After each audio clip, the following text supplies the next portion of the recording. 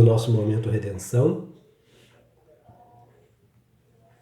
De volta ao encontro dos senhores e senhoras, trazemos nesta oportunidade do livro A Educação segundo o Espiritismo, da professora doutora Dora Encontre, paulista, este livro, A Educação segundo o Espiritismo. Nós vamos tratar de um tema que está na primeira parte deste livro, que trata da filosofia da educação, e utilizaremos mais especificamente o capítulo 4, Fundamentos da Educação, e o item sobre o qual nós vamos refletir um pouco hoje, é exatamente o poder da educação. Esse é um tema muito caro para nós, embora não sejamos nós professor ou educador, ou até o somos de maneira informal, não pela formação acadêmica, já que nossa formação é outra. Mas o poder da educação é um tema dentro desta lógica da educação segundo o Espiritismo, extremamente interessante para nós, creio eu. Então vamos lá, as colocações da nossa querida Dora Encontre. Uma questão importantíssima ao tratarmos da educação é nos indagarmos até que ponto ela tem poder. O que aparentemente está em contradição com o poder da educação é a liberdade individual. Por isso, pensam os conservadores que, quanto mais se restringir a liberdade, maior é o poder de moldarmos o outro dentro da concepção errônea de que educar seja fazer a personalidade do educando de fora para dentro. Esse é o primeiro ponto para nós refletirmos.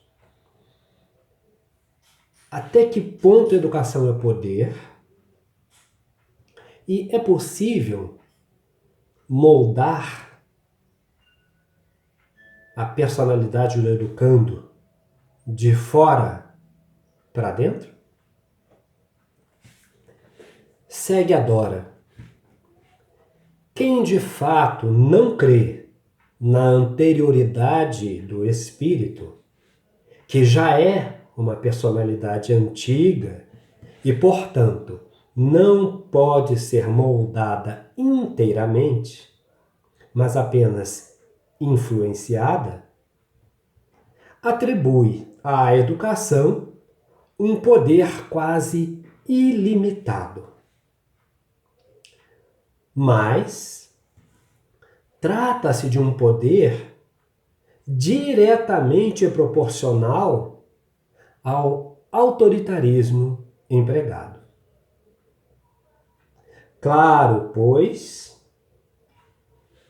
se não respeitamos no educando uma personalidade independente da nossa, por mais que enfeitemos nosso discurso de liberalismo, o resultado da educação será sempre a tentativa de modelar o outro segundo nossos padrões pessoais ou segundo regras sociais. O materialismo, assim, poderá até defender, em alguns casos, a liberdade individual e o direito inalienável de cada um decidir sobre o seu próprio destino. Mas então, ele não estará sendo coerente consigo próprio. Pois, quando o homem é considerado apenas um animal determinado pela genética, ou quando muito, um produto da cultura e da sociedade, resta-lhe pouca margem para a liberdade de se fazer a si mesmo. Então, qualquer sistema totalitário vai encontrar essa dificuldade. Mas especialmente o materialismo, que prega essa liberdade total, direito inalienável, se contradiria, porque cria empeços, cria embaraços, põe lógicas inamovíveis, né? Pois quando o homem é considerado apenas um animal determinado pela genética, ou, quando muito, um produto da cultura e da sociedade, resta-lhe pouca margem para a liberdade de se fazer a si mesmo. Já vimos que existe um princípio de liberdade espiritual que Deus estabeleceu como lei natural, pois Ele, Deus, nos dá o mérito de evoluirmos por nossas próprias forças, quando e como quisermos, tendo apenas de nos submeter às consequências dos nossos atos. Essa liberdade é condicionada por vários fatores. É verdade que a criança nasce numa condição de liberdade ainda mais limitada que o adulto, porque a sua temporária dependência física e psíquica é uma forma de restrição de sua ação no mundo. Mas ainda e sempre, ela conserva a liberdade inalienável do seu espírito. E é isso que os adultos não lhe reconhecem. Os adultos têm um poder parcial sobre a criança que lhes foi dado para usar em benefício dela própria, a criança. Mas quase todos abusam desse poder para usá-lo em benefício de seus interesses e caprichos, de seu comodismo e de suas tendências tirânicas. O poder da educação, muitas vezes, se transforma em tirania violenta ou disfarçada. Pensarmos se isso nos acode ou nos acudiu ao longo das nossas histórias até aqui, né? Entretanto, dissemos que educar é amar e vice-versa. Por isso, o poder da educação não é proporcional ao autoritarismo, à chamada imposição de limites, colocado aqui entre aspas, à disciplina externa, à coação violenta. Esses não são os métodos do amor, pois o amor reconhece a dignidade do outro, respeita-lhe a liberdade individual. O poder da educação, assim, é proporcional à grandeza do amor do educador pelo educando, à sua capacidade de renúncia e doação, ao seu interesse legítimo pela felicidade do outro, ao seu desinteresse por recompensas de qualquer espécie, mesmo afetivas, e à força, do exemplo vivido. Então nós vamos ver que esse poder ele se iguala ou tem a proporção, a mesma proporção da grandeza do amor do educador pelo educando. E esse amor se expressa de diversas maneiras. A sua capacidade de renúncia e doação, ao seu interesse legítimo pela felicidade do outro. Quem nós queremos felizes são os nossos educandos. Então, nós precisamos abrir mão da nossa vontade e auxiliá-lo, quiçá, a reconhecer a sua vontade, a ter clareza no reconhecimento dessa vontade. O seu desinteresse por recompensas de qualquer espécie, mesmo afetivas, que nós educamos, fazemos de tudo, etc, etc, mas cobramos, olha tudo que eu fiz por você. Nós sempre aprisionamos. E a força do exemplo vivido, porque não há nada mais arrebatador do que o exemplo. E isso nós repetimos diuturnamente até que nós mesmos compreendamos isso em profundidade. Porque nós compreendemos o processo, costuma dizer um companheiro nosso, Sérgio Rodrigues, todo o processo cognitivo nós estamos realizando bem. A nossa questão é exemplificar. Então, a força do exemplo vivido vai fazer sempre uma grande diferença, especialmente ante o educando que pretendemos auxiliar. A educação é tanto mais poderosa quanto mais reconhece a liberdade do educando de aceitar ou não a sua influência. Ao reconhecer essa liberdade no outro, o educador toca muito mais a sua alma do que com imposições violentas e descabidas. Esse reconhecimento não é indiferença,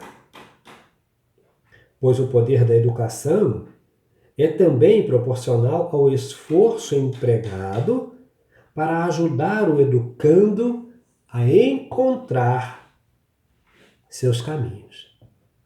Seus caminhos, não os meus. Não são os caminhos do educador que ele tem que encontrar, mas os caminhos dele. Então, a nossa atividade, o nosso trabalho, o nosso empenho precisa ser no sentido de facilitar esse encontro. O resultado do autoritarismo é imediato e previsível. Pessoas enquadradas num padrão ou revoltadas, ou então, muitas vezes, hipócritas, pois a imposição lhes criou um comportamento exterior em antagonismo com seus impulsos reais. Essa é uma situação grave, muito grave, na postura do educador em relação ao educando, onde nós caminhamos no sentido de destruir e não de construir. O resultado da educação de amor não se sabe qual será. Depende do grau de evolução do espírito que a recebe, que pode assimilá-la mais ou menos. Depende da liberdade do educando, que pode aceitá-la ou rebelar-se contra ela, o que é raro, mas em caso de espíritos muito rebeldes, pode acontecer. Depende das características individuais do educador e do educando e da maior ou menor afinidade espiritual entre ambos. A educação verdadeira não cria autômatos iguais, robotizados. Cria indivíduos e a variedade de tendências individuais é infinita. Mas então, pode-se indagar: de que adianta a educação se não oferece um resultado absolutamente seguro? Primeiro, é preciso dizer que a média geral da humanidade, como adverte o próprio Kardec, não é constituída de espíritos endurecidos no mal. Basta nós vermos lá essa afirmativa, nós vamos encontrar muito clara nas aristocracias, que é um texto do Kardec posto em obras póstumas. As aristocracias. Trata com muita clareza dessa questão. Então, a advertência de Kardec: é preciso dizer que a média geral da humanidade não é constituída de espíritos endurecidos no mal. Por isso, o empenho colocado na educação das crianças para o bem apresentará inevitavelmente pelo menos algum resultado imediato. Uma educação verdadeira no atual estágio evolutivo do planeta produzirá uma maioria de homens de bem com tendências individuais variadas. Mas em todos os casos, a semeadura educativa terá algum resultado, seja a curto ou a longo prazo. O amor doado jamais é perdido. O exemplo deixado sempre exerce uma influência cedo ou tarde sobre aquele que o observou. Não foi assim com Jesus? O pedagogo da humanidade lançou suas sementes de educação evangélica há 2000 anos. Alguns começaram a desenvolvê-la naquela época mesmo, mas a maioria só agora começa a compreendê-las e muito mais ainda, nem sequer a aceitaram no solo da própria alma. E o esforço de Jesus não foi em vão, mas ele espera pacientemente há séculos que resolvam atender o seu apelo. Então, nessa primeira etapa desse estudo para as nossas reflexões de hoje, sobre o poder da educação, nós somos convidados a uma reflexão mais profunda em relação a esse termo, a esse sentido, educar. Não se trata de uma imposição dos meus saberes sobre o não saber de alguém. Esses companheiros se assemelham, mas não são tábuas rasas, onde vamos depositar as nossas pretensas sabedorias.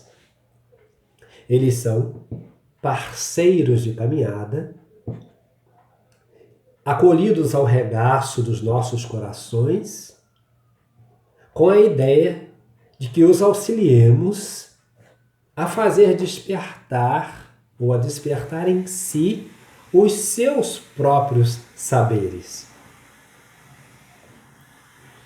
Por isso, nós seguimos com mais um item desse texto que trata da educação integral, onde está assim colocado, ainda no nosso Educação segundo o Espiritismo, da Dora Encontre, na sequência do que vimos até agora, que é o poder da educação. Na sequência, a educação integral.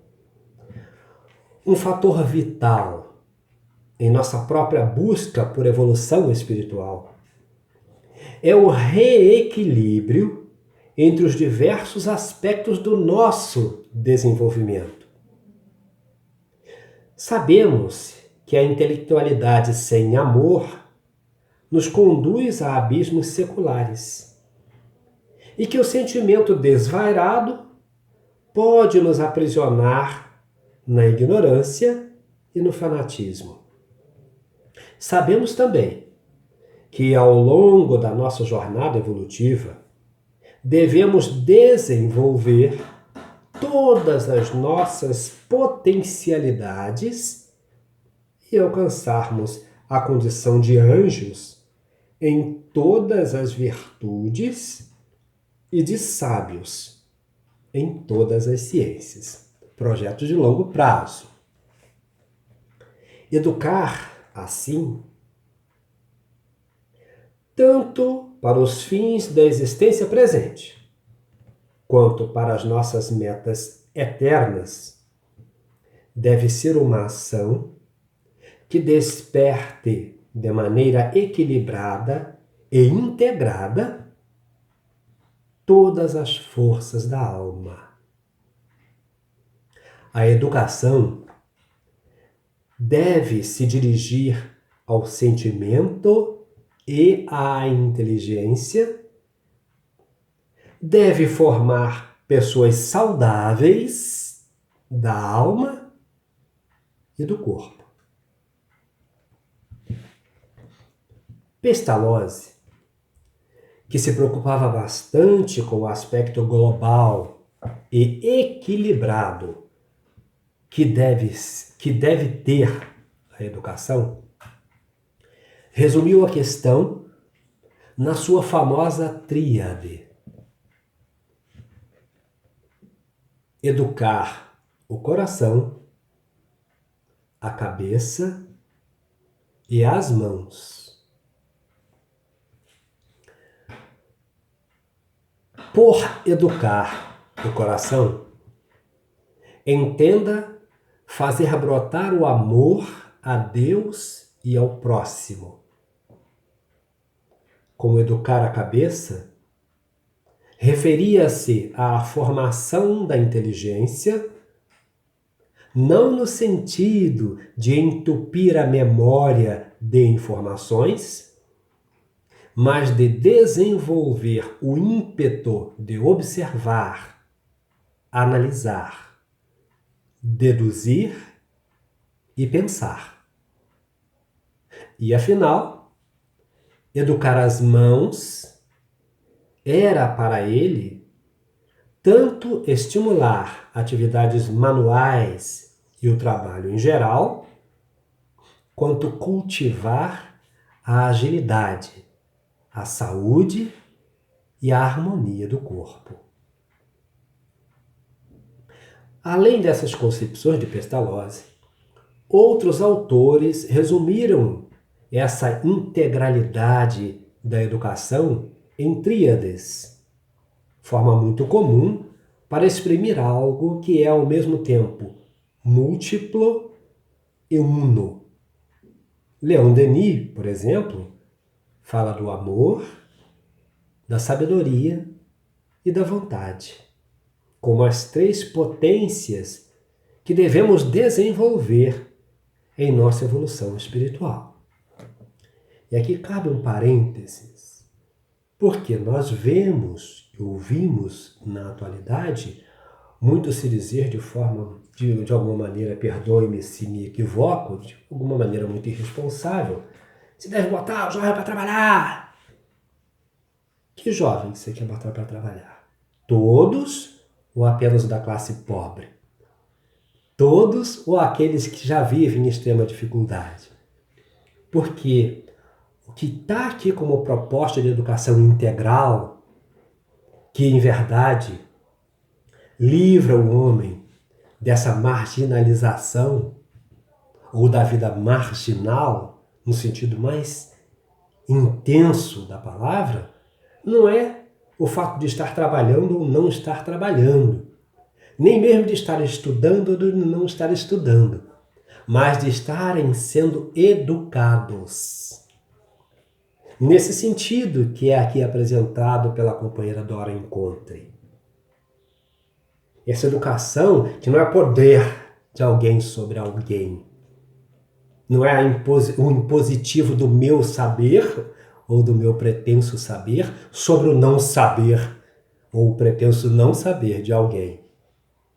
Não é nem mesmo botar para trabalhar desde cedo, não. Olha o que está posto e proposto por Pestalozzi e também por Leon Denis. Nós vamos reler para que nós tenhamos claro isso em nossas mentes. É muito mais do que uma panaceia. Resumiu a questão, Pestalozzi, na sua famosa tríade: educar o coração, a cabeça e as mãos. Como é que se define essa tríade? Tríade que, na realidade, apresenta ao mesmo tempo, um aspecto múltiplo e uno, porque a unidade é educação. Então, educar o coração, a cabeça e as mãos. Por educar o coração, entendia Pestalozzi fazer brotar o amor a Deus e ao próximo. Por educar a cabeça, referia-se à formação da inteligência não no sentido de entupir a memória de informações, mas de desenvolver o ímpeto de observar, analisar, deduzir e pensar, o que não é possível quando se impõe o processo educativo, nesse sentido vulgar em que se usa. E, afinal, educar as mãos era para ele tanto estimular atividades manuais e o trabalho em geral, quanto cultivar a agilidade, a saúde e a harmonia do corpo. E no mesmo tom fala Leon Denis. Fala do amor, da sabedoria e da vontade. Não é colocarmos os nossos jovens na maquinária, na engrenagem, como criticava lá nosso querido Charlie Chaplin no Mundo Novo, né? No mundo das máquinas, em que você só gira as porcas. Não é essa a ideia. Educação não é isso. Educação não é isso. Isso não beneficia absolutamente ao crescimento desses espíritos que estão postos às nossas mãos para que os auxiliemos a crescer para si e por si. Mais adiante, segue o texto da Dona Encontre, haverá uma análise mais pormenorizada do que significa desenvolver cada um desses aspectos e que meios podem ser usados para isso. O que importa, em princípio, é deixar clara a necessidade de uma educação integral para que o homem não cresça aleijado espiritualmente, mas tenha harmonia interna para realizar as suas tarefas no mundo. Porque nós estamos aqui para isso. Então não há simplismo nesses processos. Não há. Simplismo não. Não há mesmo. Essas fórmulas mágicas que a sociedade começa a ditar à volta e meia, que não tem o intuito de educar a nossa juventude, os nossos jovens, as nossas crianças, para torná-los espíritos melhores. Tem sido foco do anseio da maior parte, ou na maior parte das vezes, de formar grandes homens reconhecidos pela sociedade como vencedores, materialmente falando.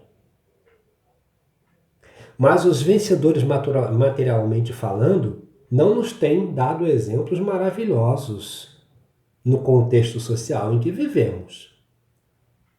Têm chegado eles aos altos níveis da sociedade, como capitães de indústria, como chefes de corporações bancárias, como dirigentes de cidades, de estados e de nações, e, no entanto, têm se revelado extremamente mal educados. Porque não lhes foi possibilitado exatamente o mais importante: educação, e ainda mais integral. O que lhes foi imposto, na generalidade dos casos, salvo melhor juízo, foi uma educação de cima para baixo, apontando que você mantenha-se no seu extrato social e daqui para cima. Você aprenda a dar a volta em todo mundo para chegar lá nesse extrato social acima do seu. Então, nós estamos construindo uma sociedade doente. E estamos reclamando de colhermos na sociedade doente os frutos das doenças que produzimos. Nós precisamos pensar, nós temos que encarar esse problema, porque no mesmo processo da semeadura livre e a colheita obrigatória, é livre, a liberdade é total. Nós faremos exatamente o que quisermos. Mas os momentos chegam, como esses de agora, em que temos que colher os frutos das construções equivocadas. Ainda mais quando submetemos a outra inteligência à nossa pretensa superioridade. No que tange à questão da educação, isso se revela tem se revelado extremamente nefasto para o conjunto social. Porque estamos todos colhendo os frutos deste equívoco praticado na educação. Porque degenera e se generaliza a dor.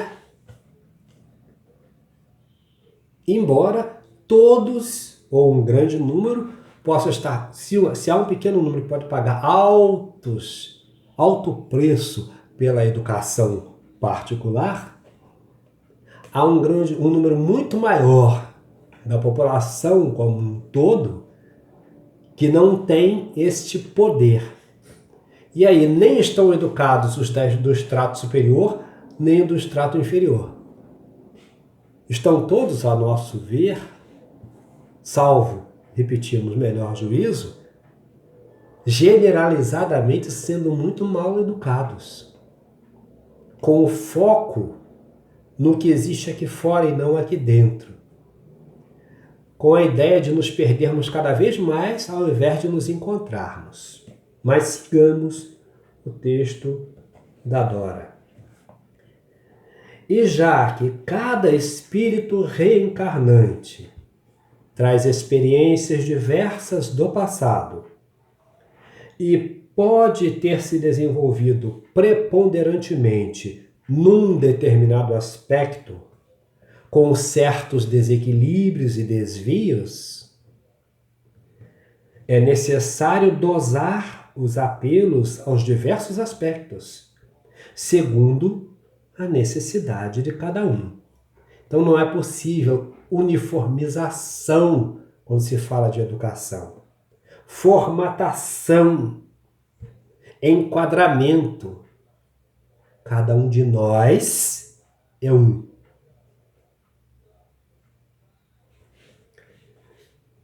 Um espírito que revele desde cedo uma inteligência precoce, mas grande incapacidade de convivência fraterna com o próximo, deve ser estimulado ao desabrochar de sentimentos altruístas. Com outro, que mostre bons sentimentos, mas tenha grande preguiça mental, deve-se procurar despertar algo que lhe dê interesse em aprender. Ou ainda, uma criatura que seja vivaz no raciocínio, mas deficiente no trabalho a realizar, por negligência ou falta de vontade, deve ser incentivada para a autodisciplina e para o fortalecimento de seu querer. Enfim, a educação deve ser sempre integral, mas procurando preencher as lacunas do espírito. Ao que já mostra certo desenvolvimento numa área, desse, sim, mais oportunidade de crescimento nesse setor. Mas o esforço para guiá-lo em adquirir o que lhe falta é mais árduo e, por isso, requer maior dedicação. Então é aquilo, em vez de nós condenarmos, né? Porque a gente às vezes faz assim, um filho tem essa aptidão mais do que aquele, você é burro, o outro é o gênio. Mas o outro tem deficiências morais, às vezes muito mais graves, porque pode entendê-lo mais rapidamente a desses caminhos. Mas nós já fazemos essa estratificação. Não vê como é que seu irmão é inteligente? Estudioso? Você não quer nada? Isso é uma generalização indevida, num grande número de casos. Esse, às vezes, não tem mais o que aprender intelectualmente falando. Desenvolvimento do intelecto para ele já não tem tanta importância porque já traz outras conquistas que nós, às vezes, não atentamos. Ou se atentamos, negligenciamos, porque tem muito disso também. Como nós gostamos do nosso filho que é apontado por todos como tal, a gente acaba só olhando para ele também. Não é maldade, é distração mesmo. Em alguma medida, descompromisso. Só que nós temos compromisso com todos eles, não é só com esse. Esse é inteligente no sentido da prática intelectiva, né? Ótimo. Mas essa aqui ou esse aqui tem a amorosidade que o outro não tem. Então é preciso que esses dois seres ímpares, porque são únicos, são universos específicos, com características absolutamente ímpares. Viveram as suas próprias vidas até aqui. Então não dá para a gente generalizar essas coisas. É isso que fala a educação integral. Ela é integral, mas não é modulante, aprisionadora. Ela é integral justamente porque liberta. Dá a cada um o que cada um precisa, aquilo que cada um, como espírito, está buscando. Que é nosso retorno aqui são espíritos, somos espíritos voltando ao cenário físico para o aprendizado ou o reaprendizado e adquirir outros saberes. Para nesse conjunto de coisas que buscamos pela necessidade de avançar, possamos colaborar com a nossa parte na obra da criação. É isso, esse conjunto é relevante, é muito relevante. Nós temos que levá-los em conta. Cada ser, é um único ser. Embora sejamos todos filhos do mesmo Pai, construídos do mesmo barro, vindos da mesma essência, mas somos espíritos, individualidades, que carregamos a nossa própria história. E não será diferente daqui para frente. Depois dessa aqui, quando eu partir de volta para o lar, eu levarei a história que eu trouxe até aqui. Levarei para o amanhã, com tudo que ela tem de necessário para a minha vida. Então nós estamos convidados a pensar nisso com muita serenidade e com muito amor. O educador precisa amar o educando. Nós terminaríamos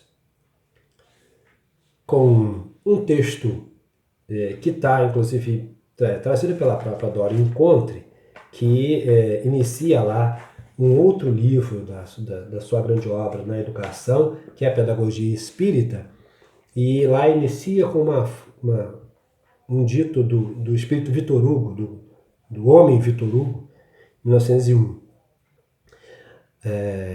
O registro é de 1901, na página 263, que diz o seguinte: a liberdade é a alma.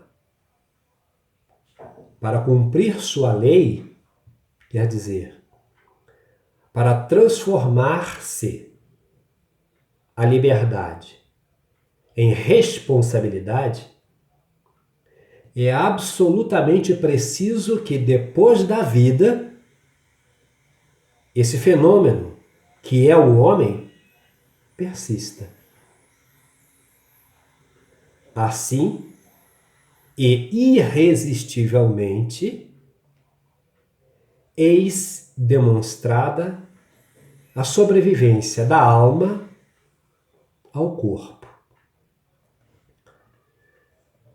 Pedimos então aos nossos benfeitores de cada um dos companheiros e companheiras que nos ouvem nesse momento, ou que eles façam a rogativa aos seus benfeitores, aos seus anjos guardiões, para que avivem, para que os auxiliem no avivamento desta ideia, desta lógica, deste cuidado. De nossa parte, nós tentaremos fazer isso a partir de uma proposição do querido Luiz Antônio Mileco, em que ele fala, faz essa rogativa a Deus, né? Pedindo, e em que diz assim, na música Meu Salmo, ele faz essas rogativas que são de fortalecimento, são de amparo na intimidade. Esse amparo precisa amparar o nosso intelecto para que ele se ajuize, para que ele se infiltre de amorosidade. E que a nossa amorosidade raciocine em benefício próprio, nosso benefício, e em benefício daqueles que são lançados por Deus ao nosso colo, ao nosso aconchego, para a tarefa maravilhosa de educar. Como a criança que chora pela mãe, eu clamo por ti, Senhor. Como a criança que chora pela mãe, eu clamo por ti. Como o deserto que anseia pela chuva, como o rio que procura o mar, como a andorinha em busca do estio, como a flor que se abre ao sol, como a criança que chora pela mãe, eu clamo por ti, Senhor. Como a criança que chora pela mãe, eu clamo por ti.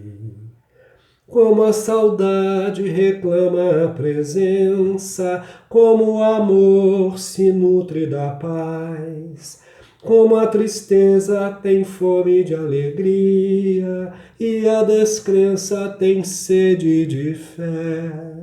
Como a criança que chora pela mãe, eu clamo por ti, Senhor. Como a criança que chora pela mãe, eu clamo por ti. Como o deserto que anseia pela chuva, como o rio que procura o mar, como a andorinha em busca do estio, como a flor que se abre ao sol, como a criança que chora pela mãe, eu clamo por ti, Senhor. Como a criança que chora pela mãe, eu clamo por ti. Como a saudade reclama a presença, como o amor se nutre da paz, como a tristeza tem fome de alegria e a descrença tem sede de fé. Como a criança que chora pela mãe, eu clamo por ti, Senhor. Como a criança que chora pela mãe, eu clamo por ti. Que os nossos rebentos e que os rebentos dos outros que nos caiam às mãos para a tarefa da educação possam encontrar em nós educadores, no sentido mais pleno que tem este termo, à luz da doutrina dos Espíritos. Graças a Deus. Muito obrigado, amigos queridos. Muita paz.